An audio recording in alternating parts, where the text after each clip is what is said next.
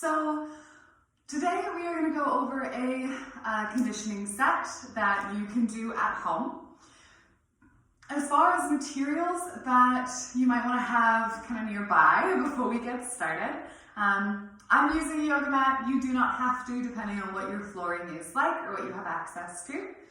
I'm also going to be using 2 towels. Now, I use 2 towels because I have a wood floor. If you have a carpeted floor that you work out on, instead of 2 towels, I would encourage you to have 2 hardcover books or 2 pieces of material that can slide across your carpet, because we are going to be utilizing a sliding motion. So hard floor, use cloths. If it is a soft floor or carpeting or rug, use something that will slide over that rug easily. And then for the lost exercise, I also have some yoga blocks. I'm going to use yoga blocks so that you can see me, but that exercise may be easier if you actually move positions so that you have a table or a chair. And then for that same exercise, I also have a weight.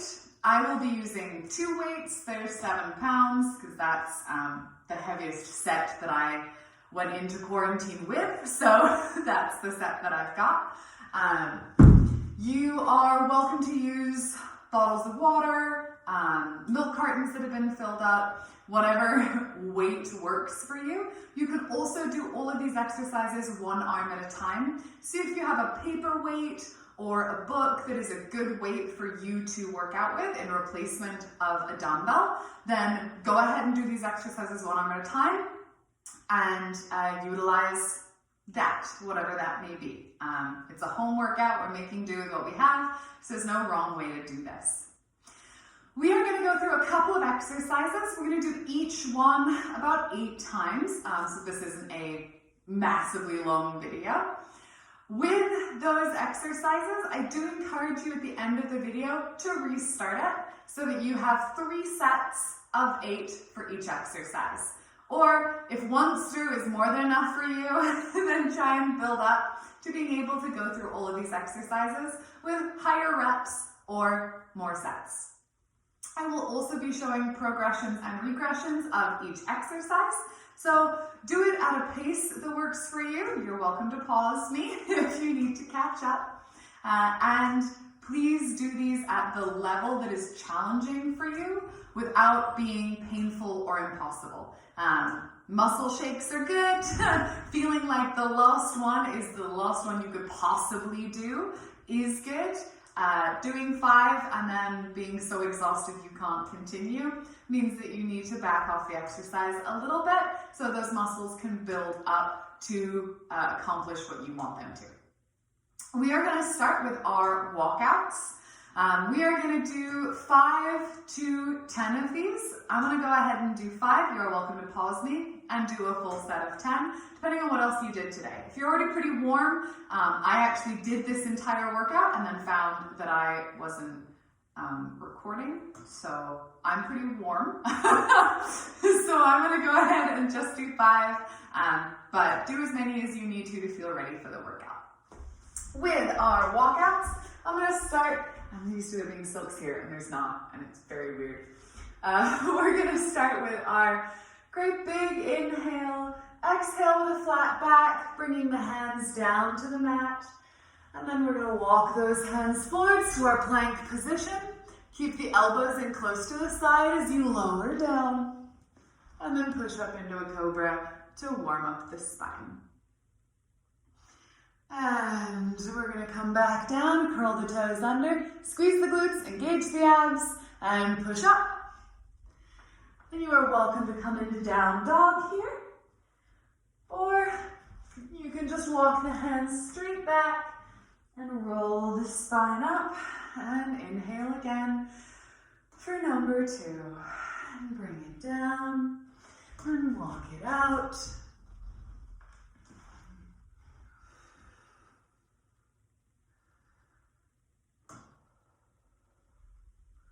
And squeeze and lift.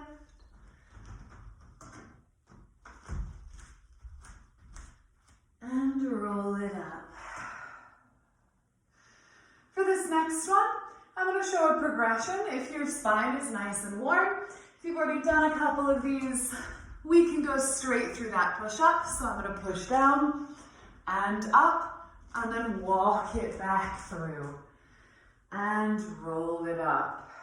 That is a progression option. If you find that these don't make you feel warm, you don't feel ready for the activity we're going to do, go ahead and skip that cobra and treat these more like a very slow burpee. 2 more, inhaling high and walk it out. Down and up or down in cobra, and then walk it back. And last one that I'm going to do, but you are welcome to do more. Bring it down, walk it out, and you're welcome to do a combination. I tend to play between my push-ups and my cobras until I get that set number that I need for the day. And bring it up. So we are going to start with a leg workout. We are going to do squats to kneels. So I'm going to show the base version of these, kind of the inspiration for them, which is a squat with a lunge between. From there, we are going to make it a little bit harder. So with my squat, you know your body, only go down as low as you can keep this form nice and safe. I'm going to show this sideways as much as I can with my current camera angle. So I'm going to go into my squat, pushing the booty back, keeping the knees from popping over the toes, and keeping my chest nice and lifted. So I'm going to draw back, and then squeeze those glutes to power up. And then I'm going to step back with one leg, nice big step back, and then draw into a lunge and bring it back up. And then we're going to squat again. And other leg, big step back, knee down, and lift. Very good. If those feel plenty challenging for you, we are going to do 8 of those. So we are going to do 8 on each leg. So if you count each leg as 1, go ahead and run through 16. If you are counting each leg as, if you're counting each leg as 1, go ahead and run through 8. If you're counting each leg moving as its own, go ahead and do 16. If those do not feel challenging enough for you, we are going to do a squat kneel. So I'm going to come to that squat. Nice and low as I can comfortably get. I'm then going to drive one leg behind me, so it becomes a single leg squat. Come to my knees. Replace that leg that I lifted first. Push into it, single leg squat. Try and keep your booty where it is. And lift. And then back up. And we're going to switch legs. Down, drop that leg to your kneel. Bring it back up. Push into it, squeeze that glute. And lift. Good. 1. And again. Leg, leg, up, and up. Good. Other side.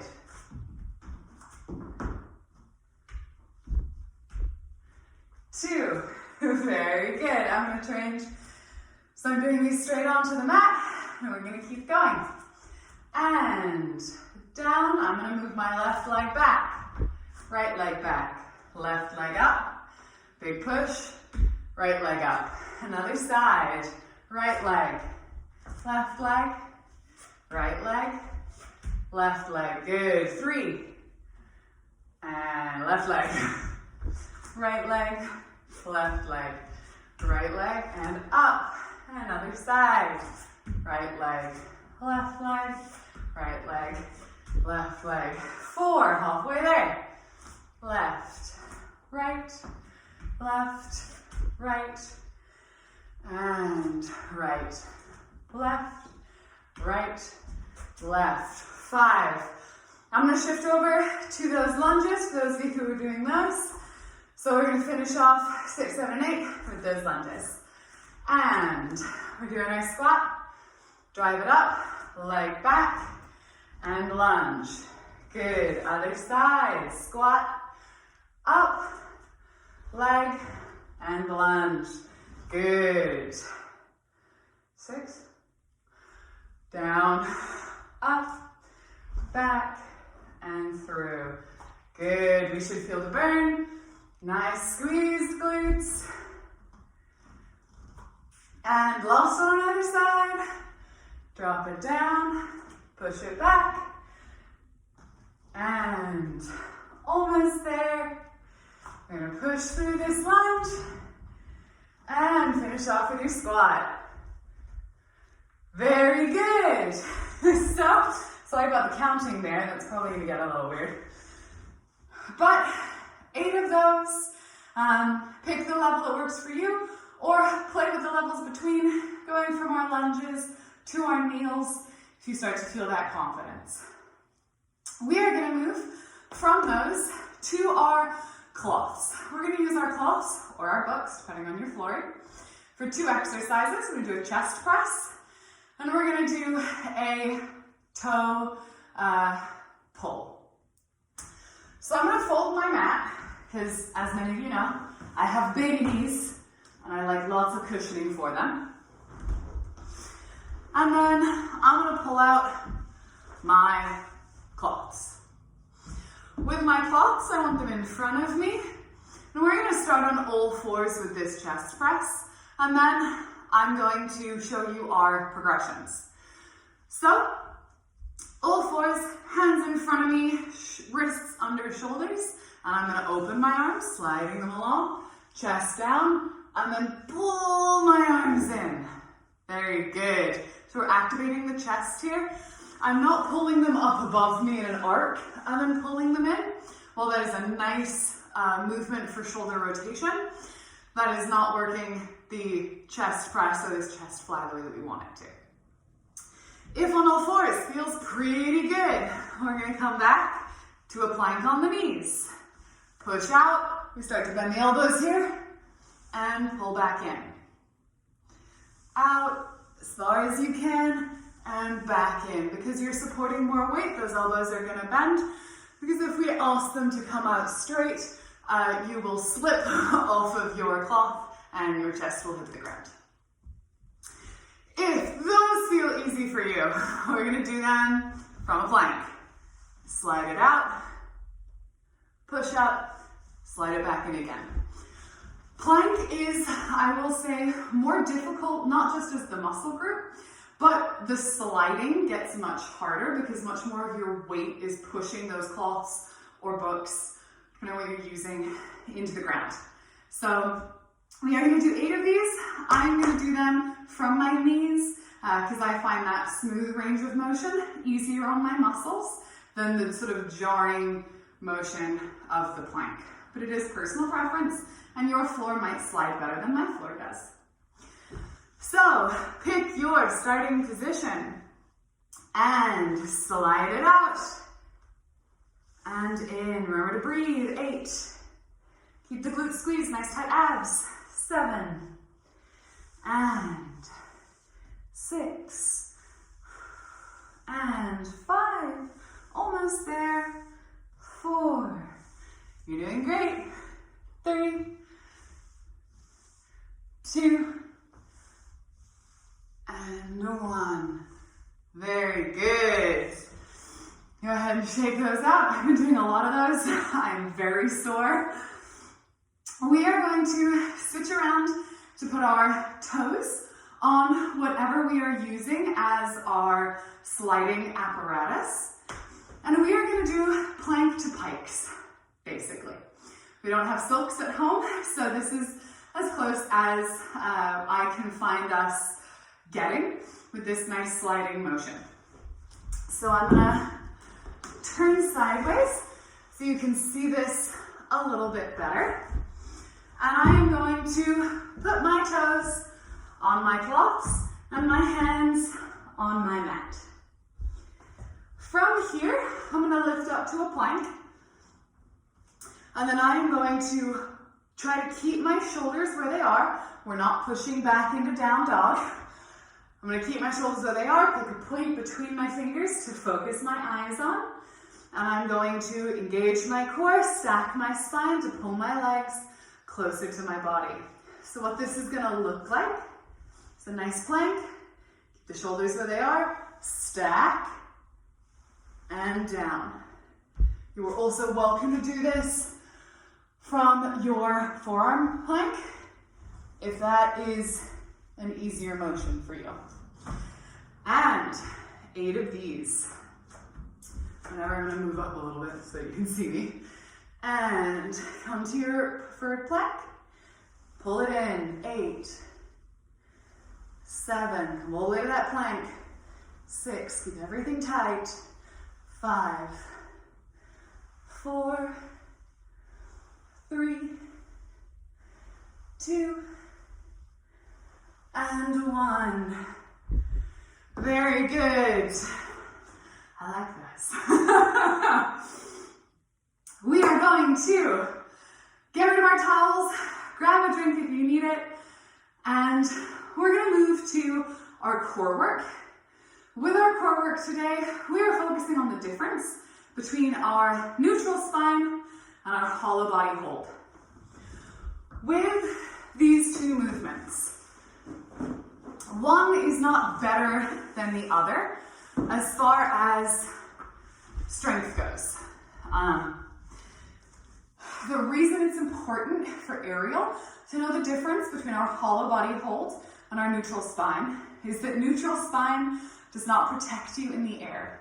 Neutral spine is reliant upon the ground. And I want you to feel that, and I want you to know that difference. Because when you're in the air, we want our core to be what stabilizes us. If you're relying on your lumbar spine to do all the work, then it's really easy to crunch those muscles, to come out of a movement wrong, and to cause long-lasting issues with your spine and back. So, we are just focusing today on learning the difference and having you find the difference between our neutral spine and our hollow body. So we're going to start with neutral spine. With my neutral spine, one, I'm going to kick everything over, so, forgive that. And 2, I'm going to lie back on my mat, and I want to curl my hips under slightly, so tilt them, so that my lower back is on the mat. If I lie down naturally, I have all this space here, because we naturally have that arch, so I'm just going to counter it by tilting the hips so that I'm relaxing that nice straight spine into the mat. From here, we're going to make a sort of tabletop position. I'm going to stack my legs, knees above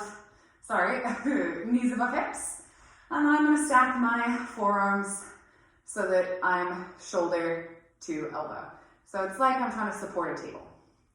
And from here, I'm going to engage the core just to keep the back where it is. And we're going to straighten all of our limbs out, like we're a star, and then pull them back in. The lower down you are to the ground with your star, the harder it is to keep your spine against the mat. So we want to engage that core, really think about staying nice and still with it as we counter with our arms and legs. And 8, 7, remember to breathe. 6, 5, 4, 3, 2, and 1. Now, for most people, you felt that in your core, but only a little. Most of us do feel that in the lumbar spine. So your lumbar spine is working to stay against the mat. It's pushing against your abs because it wants to do something. You're trying to stop it. Next, we're going to do our hollow body hold. And I want you to think about and notice the differences between our neutral spine and our hollow body. So, hollow body, the best way to think about it is you're trying to make a little dish out of your spine. So, we're not a big V. I just want to have a little curve that runs from the top of my head all the way through my tailbone to my legs. So I'm going to come to that position again, tilting the hips so the spine is flat. And I'm going to think about bringing my lost rib down to my hip bones. So it's just a little lift. This is different from our big crunch. So when you crunch, we're really thinking about bringing the whole chest up against the thighs. We don't need that big a movement. I'm just tucking my ribs into my hips so that I have a little lift through my shoulders. I can look up at the ceiling and I have this nice line running all the way through my body. From here, we're going to do a similar exercise, but instead of going out in a star, I'm just going to go above my head and back in.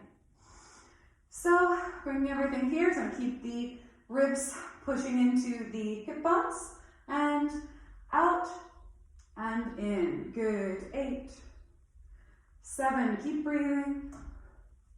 6, 5, 4, 3,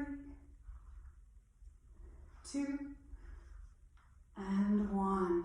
Very good. Go and rest the head back on the mat and look left and right. Well, the neck shouldn't be doing a lot of active movement there. It is supporting the head, which is a rather heavy part of the body. So just go ahead and stretch it out a little, loosen it up, and we're going to come up. What you should have noticed there is that hollow body is much more active, and it is much more about the core. Your spine should have felt like it was doing very little there. With neutral spine, it's kind of misleading. The spine actually has the potential to do a lot of work. With hollow body, it is all your core doing that work for you. And that's what we want to encourage the body to do. When it comes to relying on something for stability in aerial, I want your body to find your core, not your lumbar spine.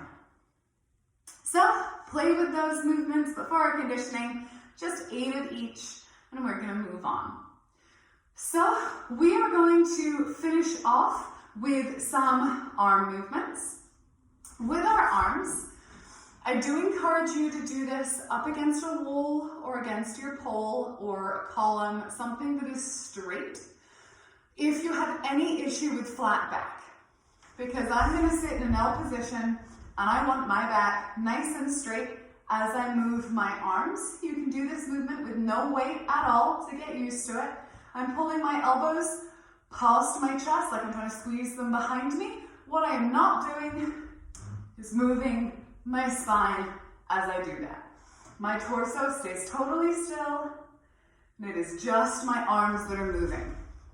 If you find that it's really hard for you to do a forwards and back movement, go ahead and do it with a wall. It's going to remove that little pinch at the back, but I'd rather have just the first half of the movement nice and solidly supported than have your chest trying to compensate for your shoulders. So these are rows, and we're going to do 8 of them. This is where our weights come in. If you have 2 weights or 2 things that weigh the same, then we're going to do it with both arms at the same time. If you have 1 weight, then I want you to just keep one arm out to the side, and you're going to have your weight in one hand. And we are just going to do that pull 8 times on one side, and then switch your weight and do it 8 times on the other side. I want the other arm that doesn't have the weight still engaged so that you're not tempted to lean on it and ruin that nice flat back posture. So go ahead and grab your weights. I'm going to do it both at the same time with my 7 pounds. And then we will move into the next exercise. So if you're doing one arm at a time, go ahead and pause the video when we are done with our first set of 8. So nice flat back, arms out in front. I'm keeping my wrist even with my elbow, even with my shoulder the whole time through this movement. And push forwards, squeeze back. 8, 7, 6, 5, 4, 3, 2, and 1. Very good. Go ahead and do the other arm if you need to. We are now going to move into a lift up and down. So continuing to work the tops of the shoulders. With this, if you have one weight, then we are going to go up and down, and then bring it all the way down, switch hands, and then up and down. So we're going to alternate sides if you have one weight, as opposed to doing all on one side and then all on the other, since we are going to be moving both arms at the same time for that nice body symmetry. For those of us who are using two weights, I'm going to do this kneeling. This is a little bit easier for you to see me, but you are welcome to do this standing. Once again, engage that core, tilt those hips under, think about your hollow body position even when you're standing, so we're finding that nice strong support through our core instead of caving through our lumbar spine. And I'm going to rotate the hands out, my fingers are facing away from me, and lift and down. Try and keep those shoulders down, don't shrug them up to the earrings. And 2, 3, 4, 5.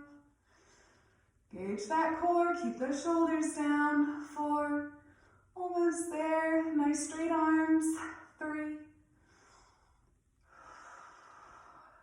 2, and done. Very good.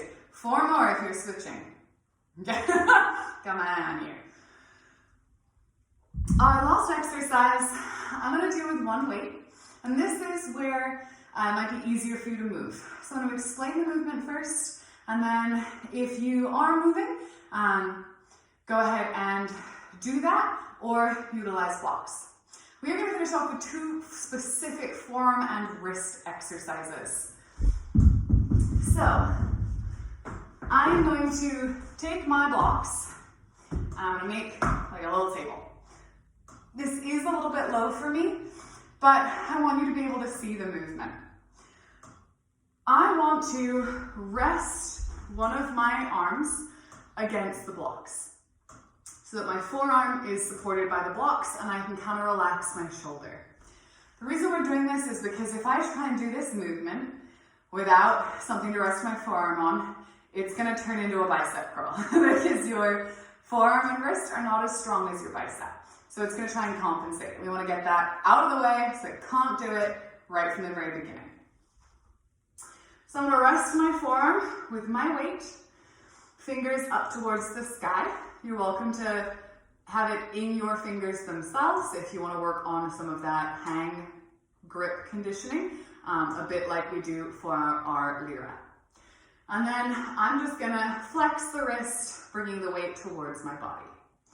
And 8, 7, 6, 5, 4, 3, 2, and 1. Good. This is one where you might either up the weight or up the reps. So if 8 of those didn't feel that bad to you, find something heavier, or instead of doing 8, move to 10 or even up to 15. We are then going to flip the hand over so that my fingers are facing down, and I'm going to do that same thing but flexing up towards me with the back of the hand instead of with the palm. And 8, 7, 6, 5, 4, 3, 2, and 1. And same thing on the other side. And 8, 7, 6, 5, 4, 3, 2, and 1. And flip it over and lift from here. 8, 7, 6, 5, 4, 3, 2, and 1. Very good. So, if that felt like enough for you today, and go ahead and end things here. You did great, and I'm really proud of you. If you feel like you can do more, then same way we do when we condition in class, go ahead and start back at the first set and do them all again. The goal should be to get through it 3 times, or up those reps each time to go through it twice, but with 15 of each movement on each side. I hope you guys are having a good quarantine. I miss you. Bye.